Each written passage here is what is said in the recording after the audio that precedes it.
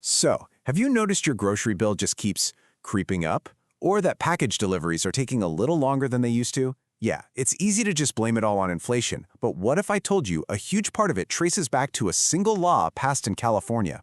Let's follow the breadcrumbs and see how one state's decision is creating this massive domino effect that's now rattling the entire US supply chain. And to help us unpack all this, we're diving into some fantastic in-depth reporting from Shasta Unfiltered. They've really been on the front lines tracking this whole crisis as it's been unfolding.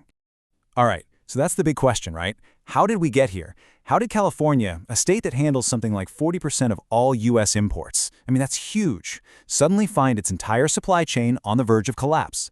Well, the answer is this complex chain reaction, and we're going to follow it, piece by piece. We're going to start with the law that tipped over that first domino. Then we'll see how it slammed into the state's trucking industry, and then watch as national companies and even the ports started backing away. And finally, we'll connect the whole thing right back to your wallet and ask, what can we learn from this cautionary tale? Okay, so it all kicks off with this first domino, a piece of legislation called Assembly Bill 5. You might have heard of it as AB 5. Now, AB 5 started with a really good intention. The goal was to protect gig workers, think Uber drivers, delivery folks, by making them official employees. And that would give them access to all sorts of benefits, protections they didn't have as independent contractors. But the way the law went about doing this, that's where things get interesting. It's all based on something called the ABC test. So to be considered an independent contractor, a worker has to meet all three of these conditions, no exceptions. But just look at Part B for a second. If you're an independent trucker hauling goods for a shipping company, your work is literally the core of that company's business. It's impossible to argue otherwise. And that one little point, that's the snag that unravels this whole thing. So how did this one little test set off such a huge chain reaction? Well, it all started with the truckers themselves. And we're not talking about a small number of people here. We're looking at an estimated 70,000 independent owner-operators. These are folks who own their own trucks, they're small business owners, they're really the flexible backbone of the entire state's logistics network. And suddenly, they were all caught in the crosshairs.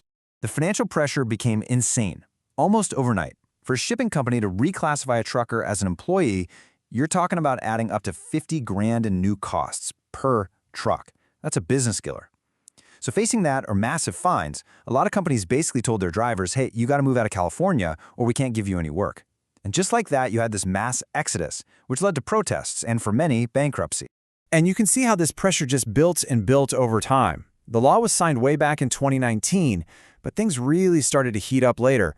By 2022, you had protests shutting down huge port terminals. Then, in late 2025, the first really massive fines started hitting. And that's when what was a trickle of truckers leaving the state turned into a flood. This shortage of truckers was just the beginning, though. The next dominoes to get knocked over were the big national shipping companies and California's absolutely critical ports. I mean, you had major players in the logistics world starting to pack up and leave. Companies like Landstar System and Prime Inc., they straight up told their California operators they had to relocate. Riders started pulling back at services. Even a giant like Costco got slapped with fines as a joint employer, which just made everyone else even more nervous and sped up the retreat. And the result of all these truckers leaving is just stark. You can see it right here. With fewer drivers in California, containers started piling up at the giant ports of LA and Long Beach. Wait times jumped by 20, even 30%. So all that cargo had to go somewhere, right?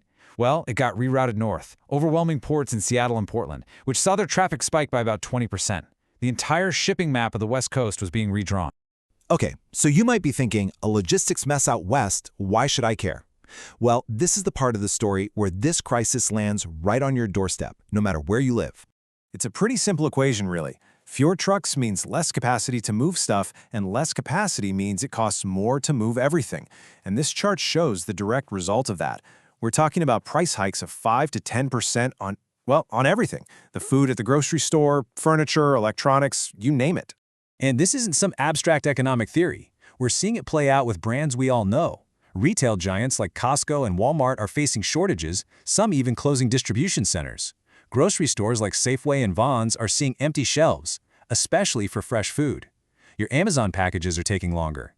Even an icon like In-N-Out Burger had to raise menu prices because of supply chain problems. So as we start to pull all of these pieces together, what we're left with is this really powerful and frankly kind of sobering cautionary tale about unintended consequences and the messy, complicated road ahead. And just when you thought it couldn't get more complicated, it did. To try and fill the gap, California had this policy of giving temporary commercial driver's licenses to some immigrants. But then the federal government stepped in and blocked it, citing safety concerns and pulling funding. So this clash between state and federal policy just made the trucker shortage even worse. And here it is. This might be the most telling statistic of all. Remember, the whole point of AB 5 was to turn independent contractors into employees with better jobs. But a key study found that while self-employment plummeted in these industries, there was no matching increase in traditional payroll jobs. The jobs didn't just change. For a lot of people, they just vanished from the state entirely. At the end of the day, this quote from the original reporting it hits the nail on the head. The story of AB 5 shows this incredible tension between wanting to protect workers and the practical reality of how a complex industry actually works. And when that balance gets thrown off, it's us, the consumers, who end up paying the price. Which leaves us all with one final and pretty challenging question to think about. This whole thing started with a good intention, to help people. But as the dominoes kept falling, it sparked an economic crisis that hurt businesses, workers, and consumers. It really forces us to ask that tough question. When do good intentions cross a line and end up causing more harm than good?